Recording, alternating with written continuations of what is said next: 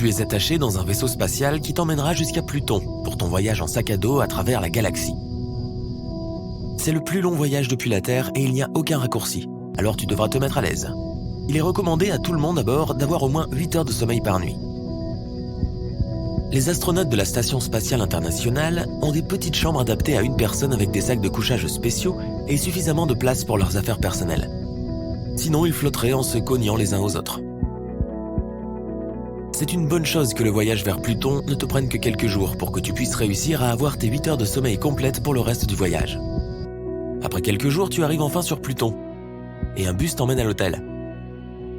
La planète naine est l'un des endroits les plus sombres du système solaire, reflétant très peu de lumière puisqu'elle est située très loin de notre étoile. Tu regardes par la fenêtre et tu vois de jolis paysages avec des chaînes de montagnes culminant à environ 3000 mètres d'altitude. Mais au lieu de pics enneigés, comme dans les Alpes, c'est de la glace de méthane. Tu as une smartwatch qui t'indique les caractéristiques de l'atmosphère à l'extérieur. Pluton est rempli d'azote et de méthane. Après quelques heures, tu arrives enfin à l'hôtel et tu t'enregistres dans ta chambre. Tu es surpris de n'avoir réservé que pour un jour seulement. L'une des premières choses que tu remarques est la faible gravité, qui rend le sommeil assez difficile. Puis finalement, après avoir profité d'une journée bien remplie, tu es prêt à aller te coucher. Mais la journée n'est pas techniquement terminée. Un jour solaire, lorsque la planète tourne autour de son axe propre, nécessite environ 6 jours terrestres. Donc tes 12 heures d'amusement et d'exploration ont été comme profiter d'une heure seulement sur Terre. Si tu trouves que c'est long, alors ne t'embête pas à attendre 248 ans pour fêter le nouvel an. C'est le temps dont Pluton a besoin pour tourner complètement autour du Soleil. Au bout d'un moment, ton horloge biologique s'adapte aux conditions sur Pluton. Alors tu finis par dormir plus de 72 heures pour te sentir complètement frais et dispo. Tu pars le lendemain, après une journée complète sur Pluton, et tu t'envoles vers Neptune. Cette magnifique planète bleue peut sembler attrayante, mais elle est extrêmement dangereuse. Enfin, pourquoi pas ? Tu aimes l'aventure. Tu as une vue fantastique sur les 14 lunes de Neptune en attendant le service d'étage. Tu es un peu en décalage horaire et tu décides de dormir quelques heures. Même si tu as choisi de faire une sieste, tu finis par perdre toute la journée à ne rien faire d'autre que de grignoter des encas au buffet. Une journée dure environ 17 heures terrestres. Tu as réussi à t'endormir et tu as dormi pendant environ 10 heures, ce qui représente plus de la moitié d'une journée. Et tout comme Pluton, il faut à Neptune plus de 100 ans pour tourner autour du Soleil. 165 années terrestres pour être exact. Après un certain temps, tu ajustes tes habitudes de sommeil à environ 3 heures pour profiter du reste de ton voyage. Tu arrives sur la plus grande planète de notre système solaire, Jupiter. Après avoir atterri, tu dois prendre une navette pendant encore un mois entier avant d'arriver à ton hôtel. Ne t'inquiète pas, une journée complète ne dure qu'environ 10 heures. Tu t'enregistres et tu décides de rester à l'hôtel. Il n'est pas facile de sortir car le temps est orageux. Le programme prévoit une excursion à la Grande Tache Rouge, une zone où sévissent des tempêtes semblables à des ouragans depuis 300 ans. La tache entière fait 2 fois la taille de la Terre et Jupiter elle-même pourrait facilement contenir 1300 terres. Après 2 longues journées à profiter des curiosités, tu rentres à l'hôtel et tu dors un peu. Comme 10 heures représentent une journée complète, tu es assez fatigué et tu dors toute la journée. Mais tu n'as pas pu avoir une bonne nuit de repos, car la gravité est plus forte que sur Terre. De plus, il n'était pas facile d'aller aux toilettes au milieu de la nuit. Finalement, tu as eu tes 2 heures de sommeil en t'adaptant aux conditions de Jupiter. Mars est beaucoup plus pittoresque que les autres. Tu réserves une journée entière au volcan Olympus Mons, qui se trouve être la plus haute montagne du système solaire. Il est 3 fois plus haut que l'Everest. Ton hôtel a une vue magnifique sur la montagne et est aussi le plus luxueux et le plus avancé que tu aies jamais réservé. La journée dure 25 heures, ce qui est assez similaire à celle de la Terre. Cela signifie que tu peux avoir tes 8 heures de sommeil habituelles. Malheureusement, à l'extérieur du dôme, il y a une méga tempête de poussière qui recouvre toute la planète. Dès qu'elle se calme, tu fais un voyage vers les calottes polaires qui sont couvertes de neige de dioxyde de carbone. Tu peux sentir la température baisser. Même si Mars est surnommé la planète rouge, il y fait plutôt froid. Il lui faut 687 jours pour faire le tour du Soleil. Ton corps commence à ressentir des changements à force de passer d'une planète à l'autre. À de nombreux endroits, tu n'as pas bien dormi, ou tu as dormi pendant ce qui semble être une journée entière, même si c'était normal pour toi. Sur Mercure, tu t'enregistres dans un hôtel souterrain qui ressemble à une fourmilière. et tu sens immédiatement la chaleur provenant du Soleil. Mercure est la planète la plus proche de notre étoile, mais Vénus reste la plus chaude. Cette minuscule planète a besoin de 1408 heures pour faire une journée entière, ce qui représente environ 60 jours terrestres. C'est une bonne chose que tu sois arrivé pendant le coucher du Soleil. Tu as une vue imprenable sur le coucher de Soleil, et dès que celui-ci a complètement disparu, il fait vraiment froid. Comme Mercure n'a pas d'atmosphère pour piéger la chaleur, le froid prend rapidement le dessus. Tu hibernes donc pendant un mois entier avant de partir. Tu arrives sur Saturne, la planète aux anneaux, et tu vois les lunes géantes qui gravitent autour d'elle. Saturne n'a que 11 heures dans une journée. Cette planète est aussi extrêmement venteuse dans la haute atmosphère. Et en plus de la vue fantastique sur les lunes, tu ne peux pas manquer les anneaux. Ils sont constitués de particules de glace et de roches de toute taille, de la taille d'un grain de riz à celle d'un bateau. Des milliards de ces particules flottent dans l'air et les scientifiques pensent qu'il s'agit des restes de comètes et de planètes naines. Ensuite, tu voyages vers Titan, la plus grande lune de Saturne et la deuxième plus grande lune du système solaire. Selon les scientifiques, Titan présente les conditions les plus proches de celles de la Terre. Il y fait juste plus froid puisqu'elle est plus éloignée du Soleil. À part la Terre, Titan est le seul endroit du système solaire où l'on trouve des lacs, des rivières et des océans liquides. Il y a des lacs de méthane et d'éthane partout, alors tu peux faire une fabuleuse croisière autour de cette lune. L'atmosphère est également similaire à celle de la Terre et possède les bons ingrédients pour engendrer la vie. Tu regardes le ciel et tu vois des nuages se former alors qu'il commence à pleuvoir. Tu te caches sous la partie ombragée du bateau et tu attends que ça se calme. Titan a un cycle méthane hydrologique assez similaire au cycle de l'eau sur Terre. C'est-à-dire que l'eau s'évapore d'abord dans le ciel, puis il se met à pleuvoir. Après cette fantastique visite, tu te rends sur d'autres lunes et tu finis par revenir sur Saturne. Tu regardes toutes les photos que tu as prises alors que tu rentres sur Terre. Tout ce voyage t'a pris presque une année terrestre entière et ton corps n'arrive plus à s'adapter aux conditions de la Terre. Tu étais tellement habitué à dormir et à te réveiller dans l'obscurité totale ou exposé à une lumière solaire extrême. Tu as dormi dans différents endroits avec différents niveaux de gravité, alors tu ne sais plus ce que cela fait de dormir dans un vrai lit. Dans certains endroits, on t'a placé dans des nacelles de couchage verticales pour pallier le manque d'espace. En conséquence, tu as constamment des maux de tête et tu te réveilles sans cesse au milieu de la nuit en oubliant où tu es. De plus, tu étais plus léger que tu ne l'es maintenant pendant la majeure partie du voyage. Alors, tu as perdu un peu de masse musculaire quand tu es revenu sur Terre. Il y a certaines nuits où tu ne dors même pas et où tu attends que le soleil se lève, comme sur Saturne ou Jupiter.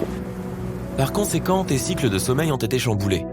La vie sur Terre est devenue bien plus difficile pour toi après un tel voyage, alors tu décides d'hiberner pendant un certain temps pour te réadapter aux conditions de notre planète, tout comme tu l'as fait sur Mercure. Des plaines gelées, des montagnes dont les sommets blancs scintillent au soleil lointain et de la neige rouge. Bienvenue sur Pluton, où plus rien n'a de sens. En la regardant de loin, cette planète boule de glace présente surtout des nuances de blanc et de bleu clair caractéristiques de l'hiver. Une fois que tu auras atterri à la surface, tu remarqueras aussi un beau ciel bleu familier. Mais tu vois cette tache rouge en forme de baleine qui longe l'équateur? Juste là, à gauche de la région blanche en forme de cœur. Waouh, sacré truc! Cette tache est plus grande que l'Alaska, et c'est un mystère pour les scientifiques. Ce n'est pas de la terre rouge argileuse ou quoi que ce soit que tu puisses voir sur Terre. C'est la version plutonienne de la glace. Les scientifiques pensent qu'elle est rouge parce que l'atmosphère laisse tomber sur la surface un étrange produit chimique qui ressemble à de la suie, appelé tholin. C'est la même substance qui explique la casquette rouge sur la lune de Pluton, Charon. Maintenant, regarde de plus près. Oh, regarde, nous avons une chaîne de montagnes. Oui, la glace rouge de Pluton est comme de la roche, et elle est suffisamment dure pour former des montagnes entières. Ces pics blancs qui se détachent sur le rouge sombre ne sont pas des calottes de neige comme nous en avons sur Terre. Non, c'est du méthane gelé. Pour une si petite planète, les montagnes de Pluton sont énormes, plus grandes que l'Everest et faites entièrement de glace. Un paysage aussi bizarre n'existe nulle part ailleurs dans notre système solaire.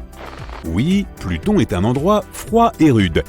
Les températures peuvent descendre jusqu'à moins 240 degrés Celsius. La température la plus froide jamais enregistrée sur Terre se situait en Antarctique, à peine moins 93 degrés Celsius. Maintenant, retournons au cœur de Pluton. C'est en fait une vaste plaine couverte de glace de nitrogène. Les scientifiques ont découvert que le cœur de Pluton fait souffler les vents de la planète. Les cratères sont aussi très grands et certains d'entre eux montrent des signes de remplissage et d'érosion. C'est quelque chose qui se produit ici même sur Terre. Lorsque la Terre est usée et façonnée par des forces naturelles comme le vent, l'eau et la glace, c'est l'érosion. Qu'est-ce qui rend tout cela si spécial sur Pluton ? Cela pourrait être la preuve qu'il existe ici une activité de plaques tectoniques. Tu sais, ces grandes plaques de terre qui surfent sur la roche liquide, formant des chaînes de montagnes, séparant les continents et les remettant ensemble. C'est quelque chose que les scientifiques n'ont jusqu'à présent observé que sur la Terre, mais jamais sur une autre planète du système solaire. Si cela se trouve, Pluton ressemble beaucoup plus à notre propre planète qu'on ne croit. Car en plus, il y a de l'eau sur Pluton, un tiers de sa surface pour être précis. Mais bien sûr, ce n'est pas comme l'eau de la Terre. C'est plus comme un liquide rocheux. Miam! Toujours aucun signe de vie là-bas, du moins pas pour l'instant. Il a fallu beaucoup de temps pour obtenir le peu d'informations que nous avons sur Pluton. Elle a été découverte pour la première fois il y a presque 100 ans et était considérée comme la 9e planète en partant du Soleil. C'est en 2006 que sa carte de membre officiel du Club des planètes a été révoquée. Pauvre Pluton! Elle a été surnommée la plus grosse planète naine de la ceinture de Kuiper, une région située à l'extérieur de notre système solaire, remplie d'autres planètes naines et de corps glacés qui tournent autour du Soleil. Quelques mois auparavant, ils avaient lancé la mission New Horizons. Il s'agit de la première sonde spatiale que les chercheurs ont envoyée vers Pluton en 2006. Filant à plus de 56 000 km/h, soit 45 fois la vitesse du son, il a tout de même fallu à la sonde près d'une décennie pour atteindre sa destination. C'est pour dire à quel point la petite planète est éloignée. En fait, Pluton se trouve à près de 40 fois la distance entre la Terre et le Soleil. Si tu étais là en train de regarder le ciel, tu verrais le Soleil comme un minuscule point, comme n'importe quelle autre étoile dans le ciel. Lorsque New Horizons a finalement atteint Pluton en 2015, il s'est suffisamment rapproché pour prendre d'incroyables photos de la surface. Elle a également recueilli des données et des observations importantes comme ces étranges taches rouges et cette région en forme de cœur. Mais Pluton nous semble encore plus étrange, surtout son orbite. La plupart des autres planètes tournent autour du Soleil en formant des cercles presque parfaits, le Soleil étant proche du centre. Or, le Soleil est loin d'être au centre de l'orbite de Pluton, et l'orbite est tellement étirée que Pluton croise plusieurs fois la route de Neptune et se rapproche plus du Soleil que la géante gazeuse bleue. Donc, voici l'effet exceptionnel de cette étrange orbite. Pluton a parfois une atmosphère, et parfois non. Lorsqu'elle est proche du Soleil, une fine atmosphère d'azote se forme. Mais lorsque la planète commence à s'éloigner de notre étoile, l'atmosphère gèle et tombe à la surface dans une tempête de glace aux proportions colossales. Pluton est probablement beaucoup plus petite que tu ne l'imagines. Si tu la mets sur une carte de la Terre, elle ne s'étendrait que sur la moitié du territoire américain. Pourtant, cette petite planète possède 5 lunes qui tournent autour d'elle. Et la vie sur Pluton serait une année sans fin pour nous, les humains. Imagine, pas d'anniversaire pendant toute ta vie. Depuis sa découverte en 1930, nous ne l'avons toujours pas vu faire un tour complet autour du Soleil. Une année sur Pluton correspond à 248 années terrestres, et nous le verrons enfin le 23 mars 2178. Note-le dans ton calendrier. Depuis que Pluton a été exclu du club des planètes officielles, Neptune est devenue la dernière de la file. Il s'agit en fait d'une grosse boule de glace et de gaz. Comme pour les autres géantes gazeuses, si tu essayais d'atterrir sur cette planète, tu ne ferais que t'enfoncer de plus en plus dans des nuages et une atmosphère apparemment sans fin. Une chose amusante à propos de la planète bleue, elle n'a peut-être pas une surface rocheuse comme celle que toi et moi connaissons, mais sa gravité à la surface est à peu près la même que celle de la Terre. On ne peut pas en dire autant de toutes les autres planètes du système solaire. En nous rapprochant du Soleil, nous passons devant la géante gazeuse suivante, Uranus. Cette planète anticonformiste fait le tour du Soleil en roulant sur le côté. Une orbite complète correspond à 84 années sur Terre. Tu auras donc peut-être la chance de fêter un seul anniversaire durant toute ta vie. Attention, tu n'auras qu'une seule fête, alors profite bien. Et maintenant, nous approchons du joyau du système solaire, Saturne. La deuxième plus grande planète après Jupiter est une autre géante gazeuse, où tu sombrerais dans une atmosphère sans fin si tu essayais d'y faire atterrir un vaisseau spatial. Saturne est la planète la moins dense de toutes, ce qui signifie que si tu la mettais dans un verre d'eau géant, elle flotterait. Ces fameux anneaux sont constitués de poussière de glace et de roches. Certains sont aussi petits qu'un grain de sable, d'autres plus gros que des maisons. Mais écoute ça, les anneaux de Saturne tombent sous forme de pluie sur la planète. assez pour remplir une piscine olympique en une demi-heure. À ce rythme, le célèbre système d'anneaux bleus disparaîtra complètement dans 300 millions d'années. Au fait, Neptune, Uranus et Jupiter ont aussi des anneaux, mais ils ne sont pas aussi visibles et brillants que ceux de Saturne. Imagine que tu rassembles toutes les planètes en une seule. Maintenant, multiplie-la par 2. Non, toujours pas aussi grande que Jupiter. Les scientifiques l'appellent une étoile ratée, car elle est principalement composée d'hélium et d'hydrogène, tout comme notre Soleil. Mais cette planète géante n'est toujours pas assez grosse pour déclencher les processus chimiques qui pourraient la transformer en étoile. C'est la planète qui tourne le plus vite et il ne lui faut que 10 heures pour effectuer une rotation complète sur son axe. Imagine que tu essaies de condenser le sommeil, le travail, les amis, les loisirs, le cinéma, le shopping, toute ta routine en moins d'une demi-journée sur Terre. De magnifiques hautes montagnes, les plus hautes de tout le système solaire. Les tempêtes de poussière les plus spectaculaires jamais vues. Des vallées profondes, des cratères. Oui, je parle de Mars, notre maison potentielle dans le futur. Si tu aimes les couchers de soleil, tu apprécieras certainement ceux de Mars. Ils sont incroyablement bleus alors que le ciel est rouge rosé toute la journée. Même si Mars est une voisine très proche, depuis sa surface, le Soleil paraîtrait moitié moins grand que depuis la Terre.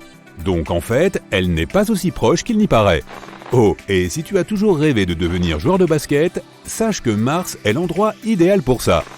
La gravité de la planète rouge ne représente que 37% de celle de la Terre. Tu sauterais donc 3 fois plus haut là-bas. Vénus est la planète de tous les extrêmes. La surface la plus chaude, le plus grand nombre de volcans, la planète la plus brillante et enfin, la plus proche de la Terre. C'est aussi celle qui tourne le plus lentement. On peut même carrément dire qu'elle tourne à peine, ce qui fait qu'une journée sur Vénus dure 243 jours terrestres. Voilà qui te laisserait le temps de faire des tonnes de choses. Vénus tourne également dans le sens inverse de la Terre, ce qui fait que les levées de soleil sont à l'ouest et les couchers à l'est. Elle n'a pas de lune ni d'anneau, et en plus, il s'agit de la plus petite planète de tout le système solaire. Une année n'y dure que 88 jours, donc si tu y vivais, tu aurais beaucoup plus d'anniversaires.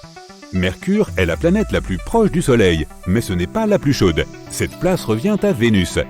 Les températures sur Mercure ne sont pas aussi élevées que sur Vénus, parce que la planète n'a pas d'atmosphère pour retenir la chaleur du Soleil.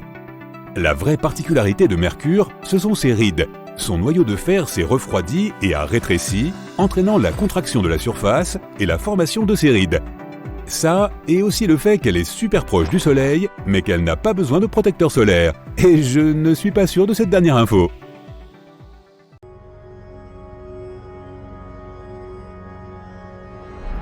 Comme tu le sais, toutes les planètes de notre système solaire tournent autour du Soleil, dans un certain ordre. Mais devine quoi ? 2 planètes pourraient entrer en collision l'une avec l'autre et provoquer une catastrophe cosmique. Voici Neptune, la planète la plus éloignée de notre système solaire. Elle est 17 fois plus lourde et 4 fois plus grosse que la Terre. Elle se trouve à 30 unités astronomiques du Soleil. Une UA est la distance entre le Soleil et la Terre. Elle est donc 30 fois plus éloignée de notre étoile que nous ne le sommes. Et Neptune fait un tour complet autour du Soleil en 164 ans. Sur une orbite presque circulaire. Neptune est froide, calme et stable, mais une planète pourrait perturber cet équilibre. Pluton, c'est une planète naine couverte de roches et de glace. Elle est 6 fois plus légère et 3 fois plus petite que notre Lune. C'est son orbite qui nous intéresse. Si tu regardes une carte du système solaire depuis le haut, tu peux voir que son orbite n'est pas ronde, mais elliptique. C'est donc un cercle légèrement aplati. À son point le plus éloigné, Pluton se trouve à 49 unités astronomiques du Soleil. Lorsqu'elle se déplace, elle se rapproche de l'étoile. À son point le plus proche, Pluton se trouve à environ 29,5 UA du Soleil. C'est plus proche que Neptune.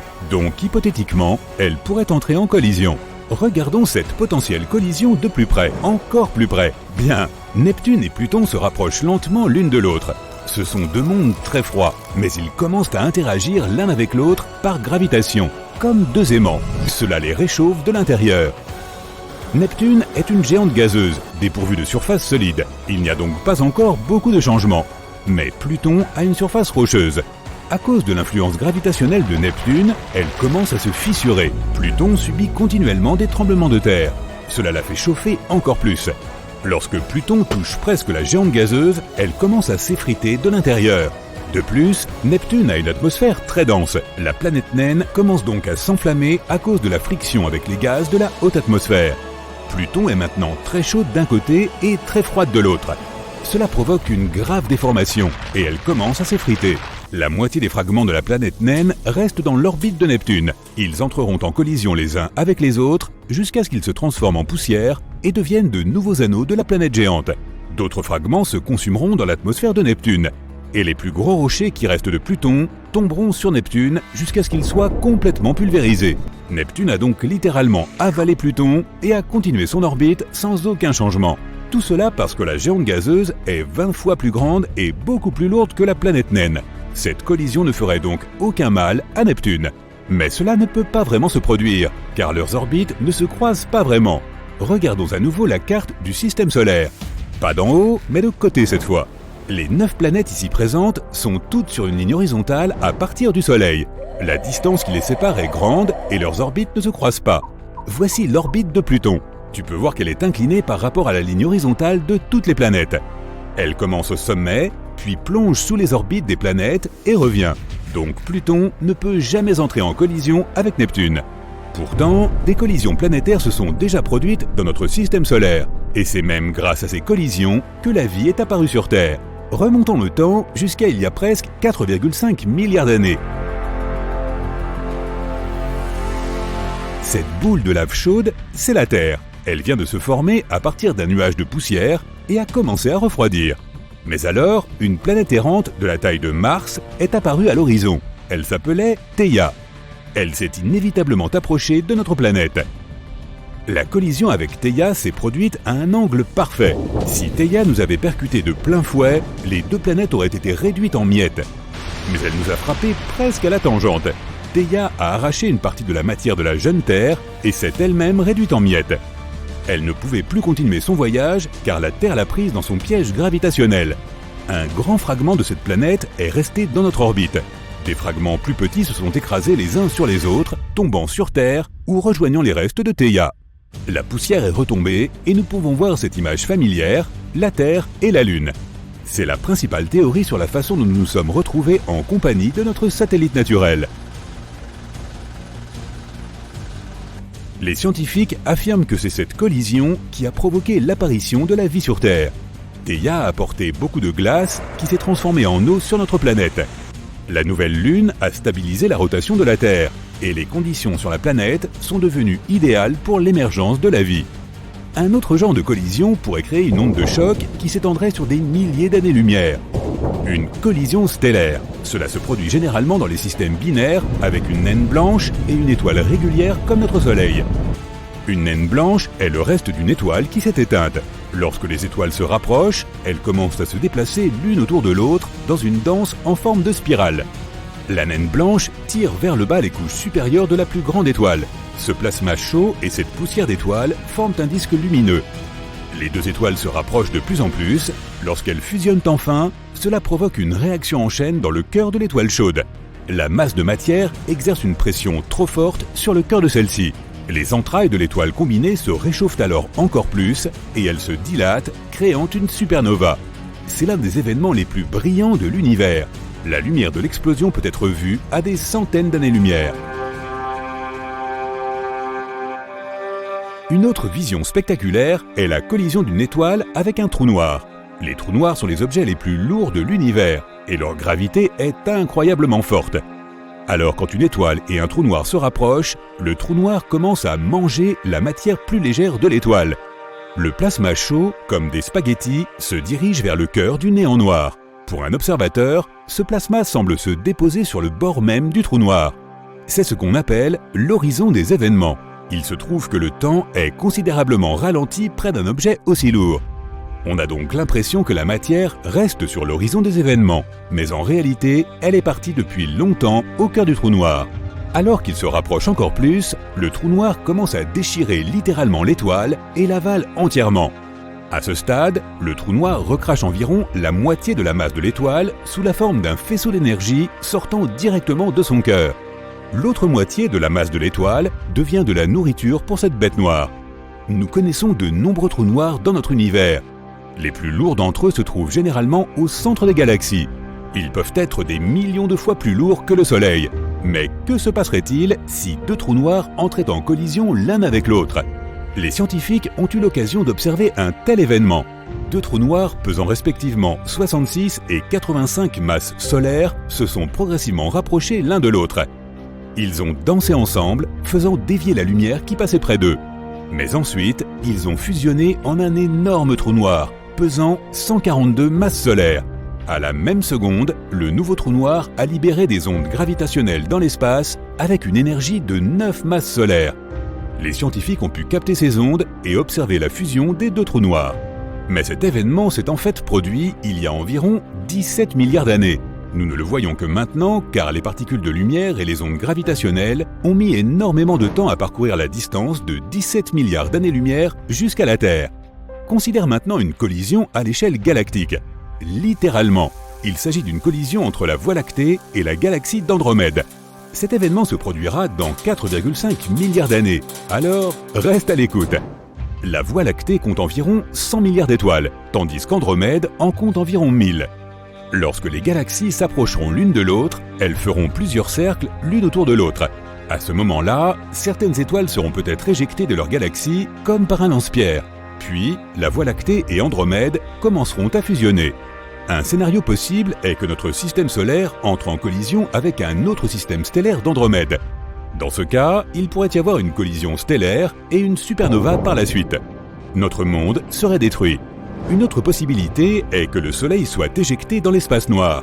Dans ce cas, nous ne remarquerons peut-être même pas la différence. Tout ce que nous verrons sur Terre, c'est un ciel étoilé qui disparaît progressivement, car notre système solaire voyagera dans l'espace, loin de sa galaxie d'origine. Mais le scénario le plus probable est que lorsque les galaxies fusionneront, cela se fera sans aucune douleur pour nous. En fait, l'espace est très vaste, et il y a de la place pour toutes les étoiles des deux galaxies. La seule différence, c'est que nous verrons beaucoup de nouvelles étoiles dans le ciel nocturne, ainsi que des soucoupes volantes venant d'Andromède. Ou pas, mais ce n'est pas la collision des galaxies qui devrait nous inquiéter, c'est notre Soleil. Dans 4,5 milliards d'années, il deviendra une géante rouge. Il va s'étendre, engloutissant les planètes les plus proches. La Terre deviendra probablement la planète la plus proche du Soleil. Il fera si chaud que toute vie disparaîtra tout simplement. Et personne ne pourra assister à la collision galactique.